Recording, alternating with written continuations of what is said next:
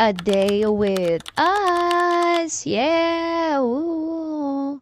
Okay, guys. So, ito nga pa yung kaganapan noong Saturday. So, nagpa-photoshoot kami niyan, Charis. Sa EP lang yan siya, guys. Sa Selfie Avenues Photoshoot. Studio? Basta, guys. So, ayan. So, guys. Highly recommended. Nakakatuwa, nag-enjoy talaga kami. So pagkatapos naming apat na magpa-picture ay kami namang dalawa, o di ba? So ang purpose talaga nito guys is kaming dalawa. Ay, charis.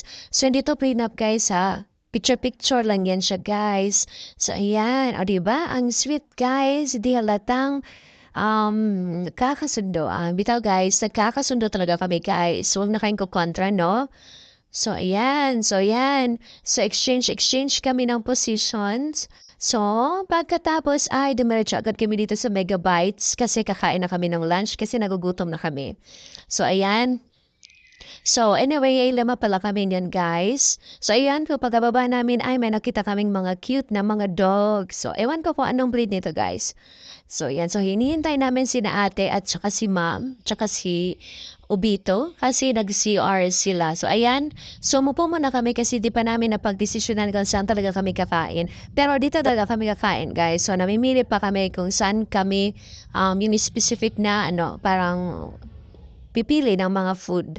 So, ayan, picture-picture, video-video pala guys. So, ayan, pagkatapos ng kumain guys, ay napagdesisyonan namin na pumunta kami ng Zamboanga City. So, ayan, humigit ang mga 4 hours ata guys, or mga 3 hours, nakating kami dito sa Muti. So, anyway, madadaan lang naman namin to siya. O, diba? Napapahirap talaga mag-Tagalog guys, no?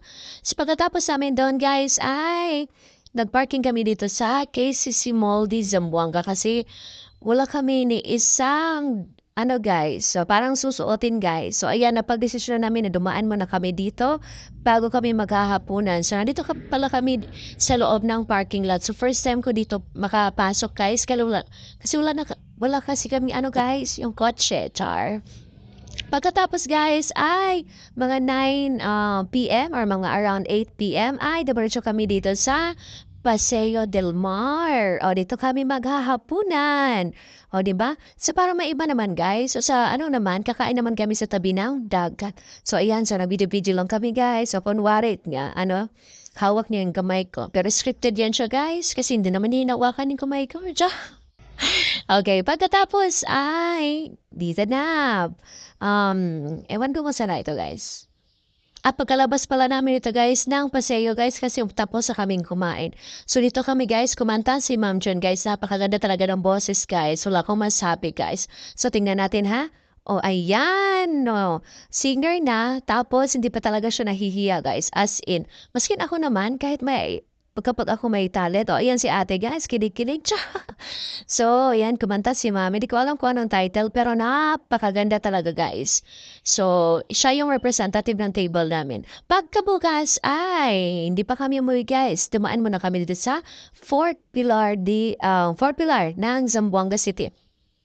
So pagkatapos ay ikot-ikot kami, pumunta kami ng barter at bumiyahe kami pa uwi. Yun lamang. Salamat!